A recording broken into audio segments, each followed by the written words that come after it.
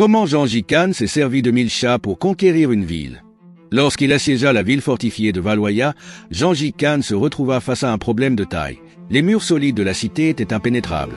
Plutôt que de perdre du temps dans un siège prolongé, il envoya un message à ses adversaires avec une proposition inattendue.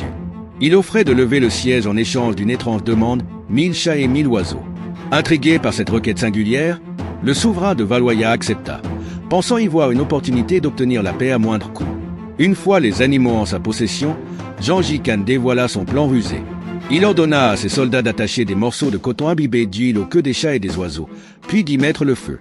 Terrifiés par les flammes, les animaux prirent la fuite et retournèrent instinctivement vers leur maison à l'intérieur de la ville. Valwaya, principalement construite en bois, devint rapidement la proie des incendies.